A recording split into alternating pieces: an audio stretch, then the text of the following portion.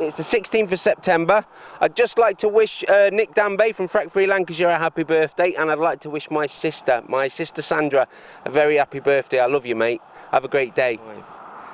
Good afternoon, folks. It's the 16th of September 2019. I'm roadside, the A583 Preston New Road, where we've seen this morning from 10:30, I don't know if you can see in the background, but the rig in the background there is, I just had the gooseneck removed. There has been a few rumours regarding Cuadrilla selling up. Well, not just rumours, they've been confirmed by press, confirmed that they've been in talks about selling the actual compound for the last sort of 3 to 4 months, maybe longer. They're looking for advisors who are familiar with the actual industry itself. So this morning about 10:30 we saw the gooseneck come down. It took a matter of minutes to get it down. The people in the gate shelter overnight told me that it was the first time for months that they shut the perimeter fencing last night. Now the perimeter fencing is the fencing that goes after the actual gate bellmouth. You've got the perimeter fencing. It's the first time it was locked, and there was strange screechy noises coming from there last night.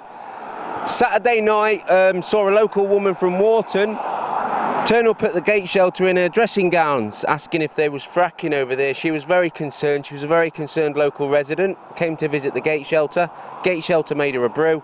Had a chat with her regarding. She says she's been hearing rumbles.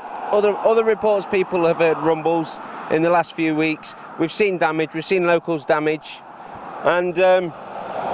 So there you can see in the background that monstrosity. Some people down here are celebrating, others are sort of keeping it, you know, a little bit close to the chest, keeping it dark, because we've seen this gooseneck come down before, and we've seen it go up a few days later again, and everybody's sort of... So.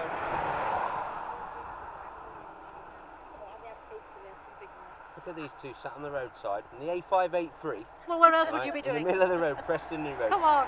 Jeanette and Honor, I've got a question for you, a quick question. The gooseneck's come down. Yes. What's your thoughts? Brilliant, it's wonderful, but I'll be really more happy when those flare stacks go. Because when those flare stacks go, we know they're really finished. They're still there, aren't they? Because they're still there. Because they was the last thing left, weren't they? They own them. As far as I know, they actually own those flare stacks. All this is just rented stuff. Does the rig belong to Marriott's? I'm not sure. I'm not sure who owns it. But several people have said the flare stacks belong to Cuadrilla. When the flare stacks go, yes. Yeah. Then we really celebrate. So you're not celebrating. Not yet. You're not your thoughts. I've spoken to some people. I'm positive. I think it's a really good sign. But we've been here before. Yeah, we were here before when stuff went off, we were celebrating, they've gone, and then they all came piling back in. So, it's not dead till we've driven a stake through its heart. But the only thing I would say on that, I'm trying to make things a bit more sort of, I'm probably trying to G people up really. Oh yeah. Because that's it, it's my heart speaking as well as my head. Yes, well we want to, yeah. Last time they weren't looking to sell, were they? That's true. That's the other thing. Is their backers have been. Well, the backers were trying to get out even before they had the absolute shambles with the earth. Months ago, weren't they? Yeah, exactly. So they are trying to get out. I mean, I do think that the window of opportunity for this wretched industry is definitely closing on them. So yeah, it's definitely positive. It's definitely positive. It's a dead duck fracking. Well, I think it's a dead duck. Yeah. I think it's dead. I don't think it's going anywhere. So too, I think it's a dead duck. What's your thoughts on the gooseneck coming down? I think if this is going to go on for months with an investigation, they can't afford to keep the stuff on. It's costing them too much. Well, the Oil and Gas Authority said they want to really be intrinsic on it, because I've just spoken to somebody who I'm going to quote later, but they said specifically when they went to the CLG meeting, the Oil and Gas Authority, the person thought that they was going there to be Cuadrilla apologists, but they weren't.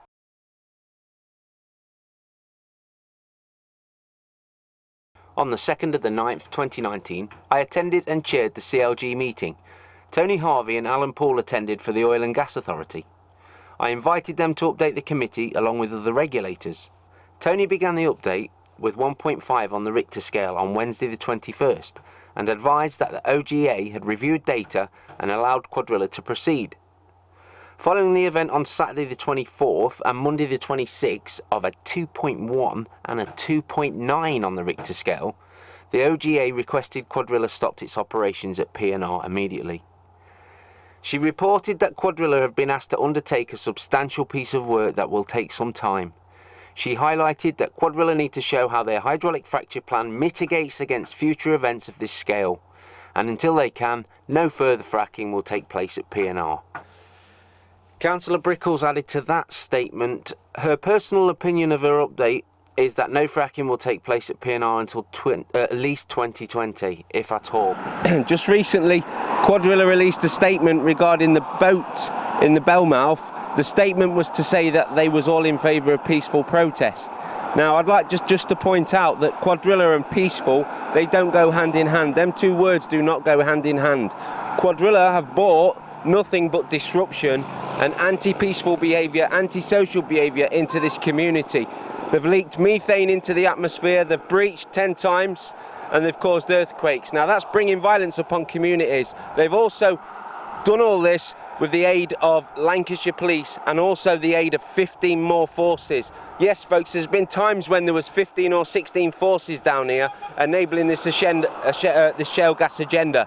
There's been times when you've seen Surrey, you've seen Worcestershire, you've seen Thamesmead, you've seen the Matrix from Liverpool, you've seen West Mercia, you've seen all them policing down this road, down this the most police stretched road in Europe. It has to be. And still now, to this day, there's 50 or more so constables, including all the hierarchy of the gold commands, the silver commands. And the other day when I did a piece down at where XR North dropped the boat, I did manage to capture this guy here. Now this guy here is no other than Keith Ogle. Now Keith Ogle's the silver in command for the Operation Manila, and the Operation Manila is that of Preston New Road. It's Preston New Road's the Operation Manila. So this guy came down, dressed in black, didn't see any number. I just managed to catch him as he was going in his car. He did a dodgy U-turn, which would have been frowned upon by any normal person, but obviously superheroes, yeah, they get to do basically what they want. So the police have been down here like sniffing around. So this is a massive police operation, folks. I've said it before, and it's up and down billboards down Preston New Road. You can see it says police in this operation is up to £25,000 per day. £25,000 per day to police an operation that causes disruption, that causes dismay, that causes pollution, that causes people to awake in the middle of the night to rumbles underneath their feet, underneath their bed area, underneath their house, underneath their locality. You know, the threat of taking their water, the threat of taking their clean air, the threat of taking their clean soil. That field will never be used again, folks. These frackers are up and down the UK trying to sort of lie about this shale gas agenda, trying to kid people with the aid of the Tories back in 2012 that it was 50 years of gas that they was going to take out from the ground in Europe, UK should I say. That's been proven in a recent study done by BGS and Nottingham University to be more likely 7 years. Now we've been saying this, folks, for the last few weeks, but this needs to be said. This company, it was said back in 2012 that all these shale gas, dirty shale gas companies have no social licence. Well, that's absolutely true, folks. They don't have no social licence.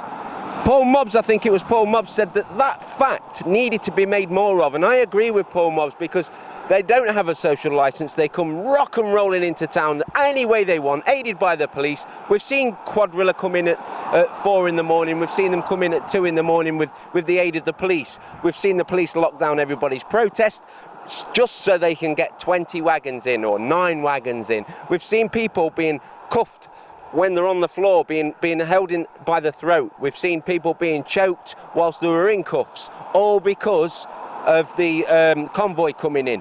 What other industry gets that sort of service, folks? What other industry will get that sort of protection? You know, you don't see police policing like that at a football match. I wonder why that is. Do you think it's easier to police peaceful people? I think so. And Cuadrilla released their statement regarding peaceful protest. Now, it's okay, but I'm afraid that the shale gas company doesn't get to define peaceful protest. They don't get to tell people how to protest. If they do, then it's not protest. Protest means stop, protest means halt, protest means make people aware of this dirty, rotten industry on their doorstep. This is a warning, another cut to move on. Another beat that's so strong, hold on and I get wicked and then some. Stir up shit is the wickedest wisdom.